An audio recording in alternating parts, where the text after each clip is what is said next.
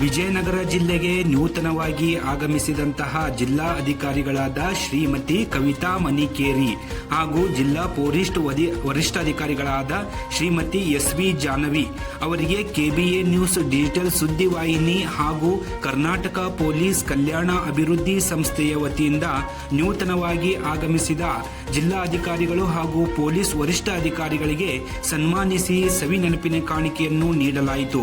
Karnataka police ಕಲ್ಯಾಣ ಅಭಿವೃದ್ಧಿ ಸಂಸ್ಥೆಯ ರಾಜ್ಯ ಅಧ್ಯಕ್ಷರಾದ ಡಾಕ್ಟರ್ ಬಿ.ಎಚ್. ಜಮಾದಾರ್ ಅವರು ಹಾಗೂ ಕೆಬಿಎ ನ್ಯೂಸ್ ಮೀಡಿಯಾ ಕಂಪನಿಯ ಮುಖ್ಯ ಕಾರ್ಯನಿರ್ವಾಹಕ ಅಧಿಕಾರಿಗಳಾದ ಶ್ರೀ ಅನಿಲ್ ಕುಮಾರ್ ಹವಳೇರ್ ಇವರ ಆದೇಶದ ಮೇರೆಗೆ ವಿಜಯನಗರ ಜಿಲ್ಲೆಯ ವರದಿಗಾರರಾದ ಶಿಶನಾಳ್ ಶರೀಫ್ ಅವರ ನೇತೃತ್ವದಲ್ಲಿ ಸನ್ಮಾನ ಕಾರ್ಯಕ್ರಮವನ್ನು ನಡೆಸಲಾಯಿತು.